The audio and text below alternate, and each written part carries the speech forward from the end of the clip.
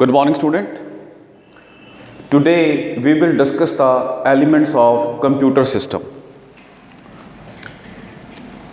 Chapter 19, and today we will discuss the elements of computer system. Today we will discuss the elements of computer system. Raje first is hardware. तो जो पहले है elements राजे वो है hardware. अब ये hardware क्या होता है इसके बारे में राजे आप डिस्कस करेंगे। एक्चुअल में कंप्यूटर के जितने भी फिजिकल पार्ट हैं, ठीक है जी, कंप्यूटर के, उसको राजे बोलते हैं हम हार्डवेयर। ठीक है जी। हार्डवेयर में आप राजे बात करोगे इनपुट डिवाइसेस की, कंट्रोल प्रोसेसर चिप्स की, बैकिंग स्टोरेज डिवाइसेस की, आउटपुट डिवाइसेस की और अदर कंप्यूटर पार्ट्स। ठीक है राजे, ये है हार्डवेयर। इसके बाद सेकंड जो है वो हमारे पास है सॉफ्टवेयर। सॉफ्टवेयर, अब सॉफ्टवेयर क्या चीज़ है इसमें ना जी मैं आपको ये बताऊंगा कि जो कंप्यूटर सिस्टम के नॉन टेंजिबल पार्ट्स हैं, यानी कि जिनको टच नहीं किया जा सकता, वो सारे के सारे कंप्यूटर के सॉफ्टवेयर हैं। ठीक है जी। इसके अंदर बेसिकली इंस्ट्रक्शंस आ जाएंगी जो अपने कंप्यूटर को देनी है ताकि उनसे कोई खास काम करवाया जा सके। ठीक है जी। इसके बाद थर्ड है हमारे पास पीपलवेयर। पीपलवेयर का मतलब इसमें डिफरेंट टाइप्स के पर्सन हैं, ठीक है जी, जो कि कंप्यूटर के ऑपरेशन और जो कंप्यूटर की एक्टिविटीज़ हैं उनको चलाने में हेल्प करते हैं। इसमें सिस्टम एडमिनिस्ट्रेटर, ठीक है जी, system analyst, computer programmer, computer operator, encoder और कंप्यूटर यूज़र है। यानी कि ये डिफरेंट पर्सन हमारे कंप्यूटर के जो ऑपरेशंस हैं उनकी एक्टिविटीज़ को क्या करते हैं, हेल्प करते हैं उनको चलाने में। ठीक है जी। कंप्यूटर प्रोग्राम को मेंटेन करने में हेल्प करते हैं। आगे हम बात करेंगे डाटा के बारे में। फोर्थ एलिमेंट है हमारे कंप्यूटर का डाटा। अब ये जो डाटा है इसमें आप इंक्लूड करोगे टेक्स्ट को, इमेज को और ऑडियो को और वीडियो को। ये सब है हमारे पास डाटे के अंदर आता है। ठीक है जी। अब एलिमेंट्स ऑफ कंप्यूटर का टॉपिक ओवर होने के बाद राजा आप डिस्कस करेंगे कैपेबिलिटीज ऑफ कंप्यूटर सिस्टम। अगला टॉपिक है हमारे पास कैपेबिलिटीज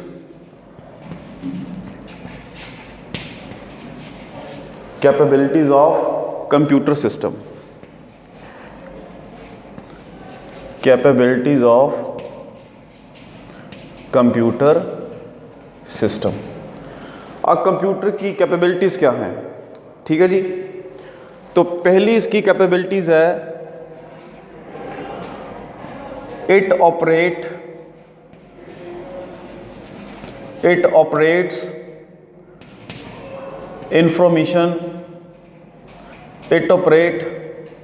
इंफॉर्मेशन वेरी फास्ट। तो कंप्यूटर के अंदर पहला क्वालिटी ये है कि ये जितने भी कंप्यूटर के फंक्शन हैं उसको बहुत ही फास्ट तरीके से कर पाने में ये कामयाब होता है। ठीक है जी। और आप ये समझ लीजिए कि अगर आपने बहुत सारे अलग अलग प्रकार के न्यूमेरिक्स का टोटल करना है तो सिर्फ माउस के एक क्लिक से सबका टोटल हो जाता है। इसलिए कहा जाता है कि कंप्यूटर की जो कैपेबिलिटीज़ है वो क्या है कि जी कैलकुलेशन करने में काफ़ी फास्ट है। इसके बाद हम बात करेंगे एक्यूरेट रिजल्ट्स। इसका मीनिंग ये है कि जितने भी आप साइंटिस्ट हैं जो कंप्यूटर को यूज़ करते हैं, ठीक है जी, अपने एक्सपेरिमेंट्स करने में, उनको डाटे की ज़रूरत होती है जिसको कि कंप्यूटर में प्रोसेस किया जाता है। तो मैं यहाँ पे ये कहना चाहूँगा कि जितना भी डाटा है कंप्यूटर का, उसके रिज़ल्ट बड़े एक्यूरेट होते हैं, क्योंकि कंप्यूटर बहुत ही परफेक्ट तरीके से डाटे को प्रोसेस करता है। ठीक है जी।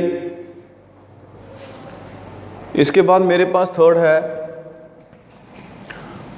Store large data. Store large data. तीसरी कंप्यूटर की कैपेबिलिटीज़ क्या है कि राजी जितना भी डाटा हम कंप्यूटर में यूज़ करते हैं, ठीक है जी, उसको बड़े हाई लेवल पे, बड़े लार्ज लेवल पे कंप्यूटर स्टोर करता है। कंप्यूटर में जो डाटा है हार्ड डिस्क में, ठीक है जी, फ्लॉपी में स्टोर किया जाता है। क्लियर। इसके बाद आप बात करेंगे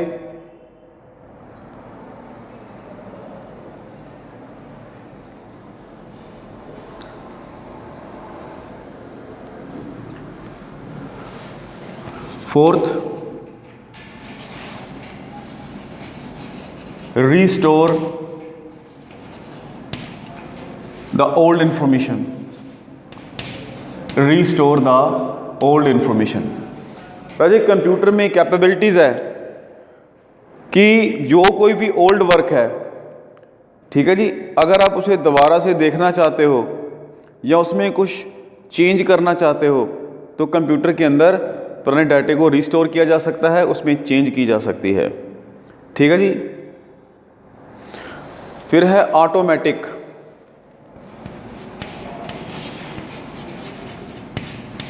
ऑटोमेटिक कंप्यूटर में कोई भी फंक्शन परफॉर्म करने के लिए हमें किसी की वेट करने की ज़रूरत नहीं है। राजे कंप्यूटर अपना जो वर्क है वो ऑटोमेटिकली ऑपरेट करता है। ठीक है जी।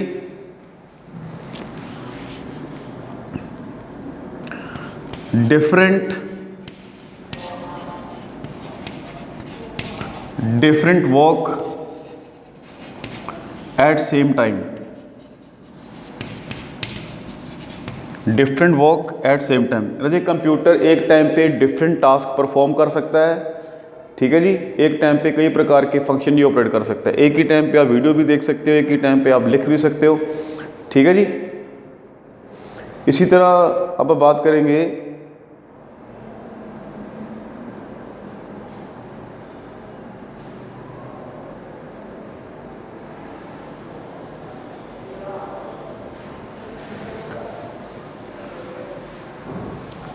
अपग्रेड।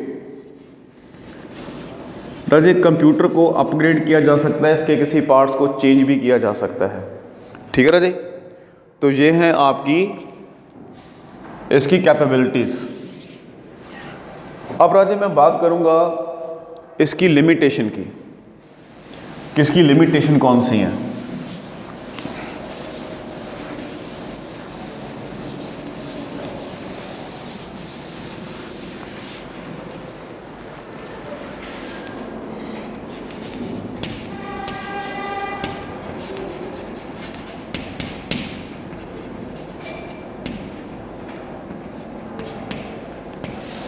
राजे कंप्यूटर की लिमिटेशन की बात करेंगे तो मेरे पास पहली इसकी लिमिटेशन है non affordability.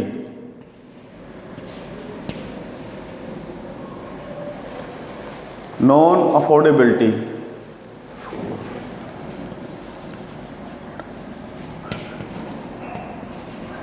Non affordability.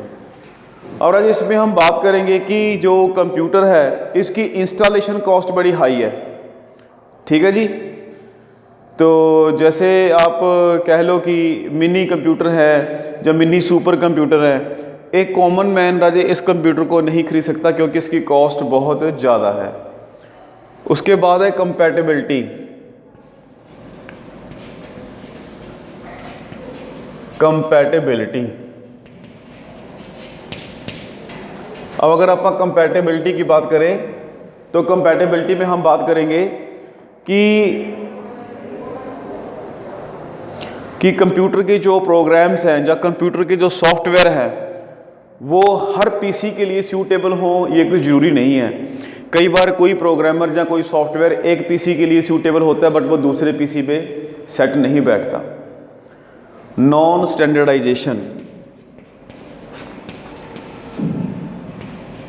Non standardisation, non standardisation इसका मीनिंग क्या है कि कंप्यूटर में बहुत सारे वर्जन मार्केट में अवेलेबल हैं, ठीक है जी, जो कि खास हार्डवेयर और सॉफ्टवेयर को यूज़ करते हैं। अगर आपको कंप्यूटर के अलग अलग वर्जन की, अलग अलग हार्डवेयर के, अलग अलग सॉफ्टवेयर की नॉलेज नहीं है तो आप अपने पीसी में किसी पर्टिकुलर हार्डवेयर या सॉफ्टवेयर को इंस्टॉल नहीं कर सकते, ठीक है जी। तो ये इसकी 3 लिमिटेशन है। स्टूडेंट, उम्मीद है कि यहाँ तक वीडियो आपको समझ में आ गई होगी। राजे नेक्स्ट वीडियो में हम बात करेंगे कि कंप्यूटर के सॉफ्टवेयर कितने तरह के होते हैं, ठीक है जी। Thank you.